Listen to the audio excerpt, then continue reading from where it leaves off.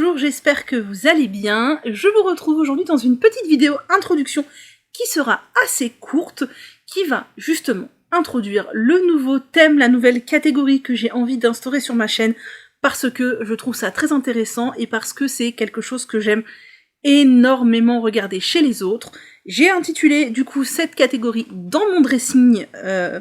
Alors, à l'heure où je vous filme cette vidéo, je ne sais pas encore si je l'appelle juste dans mon dressing, soit dans mon dressing tricot, soit dans mon dressing fait main, sachant qu'il y a 90% de tricot, 10% de crochet et 0 couture.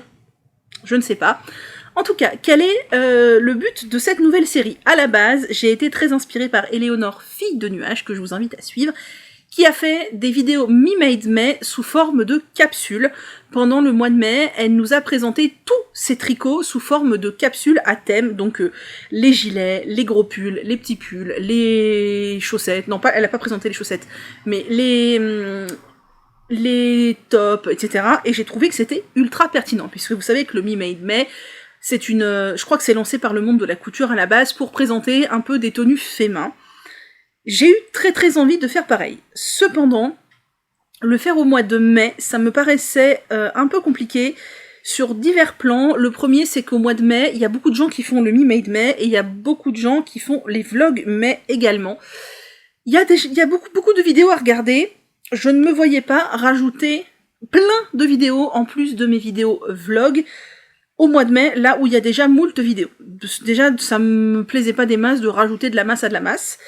Ça aurait été assez compliqué, je pense, au niveau rythme de tournage et de montage. Je pense que pour moi, ça aurait été difficilement réalisable en termes de temps, ça aurait été fastidieux, ça aurait été plus une contrainte qu'autre chose. Par contre, cet été, j'ai réfléchi. Je me suis fait une liste déjà des thèmes dans lesquels j'avais envie de répartir mes différents tricots. Alors, le but de ces thèmes, j'ai vraiment coupé en plein de thèmes, de telle sorte, d'essayer de faire en sorte que les vidéos soient assez courtes. Alors évidemment, il y a des catégories dans lesquelles j'ai plus d'ouvrages que dans d'autres, mais mon but premier, ce serait que chaque catégorie ne dépasse pas 20-30 minutes, parce que sinon pour moi c'est trop. Alors bien évidemment, il y a des catégories où pour l'instant, quand j'ai écrit la catégorie, je me suis dit, t'en fais vraiment une catégorie, t'as une pièce. Oui, parce que quel est mon but? Mon but donc, c'est de vous présenter l'intégralité de ma garde-robe faite main, donc tricotée et un tout petit peu crochetée, dans le courant de cette prochaine année scolaire. Moi je parle en année scolaire, ça me parle beaucoup plus. De cette prochaine année scolaire, répartie un peu, je vais pas vous dire le rythme, parce que je me suis fait un planning entre les vidéos qui concernent Noël, etc. Voilà, il fallait un peu jongler. J'ai réparti sur toute l'année, ça fait un peu plus d'une vidéo par mois, parce que j'ai un peu plus de 12 thèmes.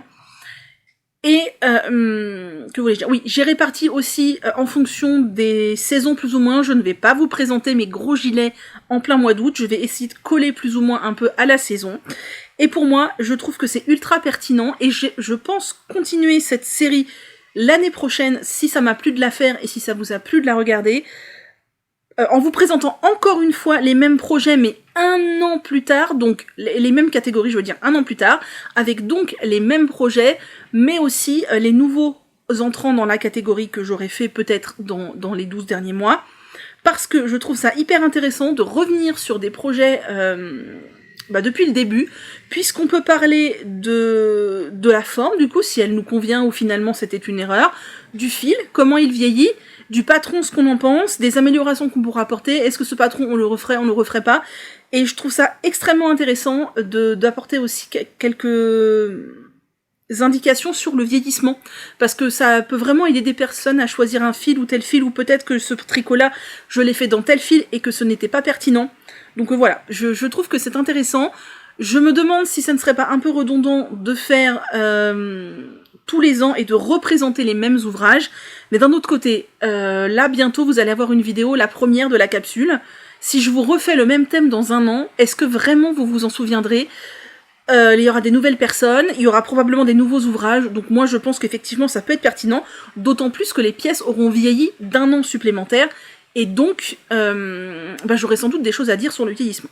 Voilà, donc on est parti pour une nouvelle capsule sur cette vidéo qui s'appelle Dans mon dressing.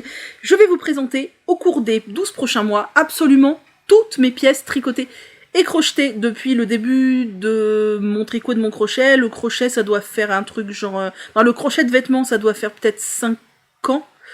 et le tricot de vêtements, ça doit faire peut-être 4 ans à la louche, comme ça. Donc j'ai ma première pile là de la vidéo que je m'apprête à tourner maintenant, de la première capsule devant moi, ça me réjouit. Moi j'adore les gens qui font ça, je trouve ça hyper bien. J'ai décidé moi de vraiment structurer et de vraiment couper en catégories pour pouvoir donner une continuité à ça l'année prochaine. Voilà, j'espère que le concept vous plaît. N'hésitez pas à me dire ce que vous en pensez et moi je m'en vais aller tout de suite filmer la vidéo que vous allez voir très très prochainement.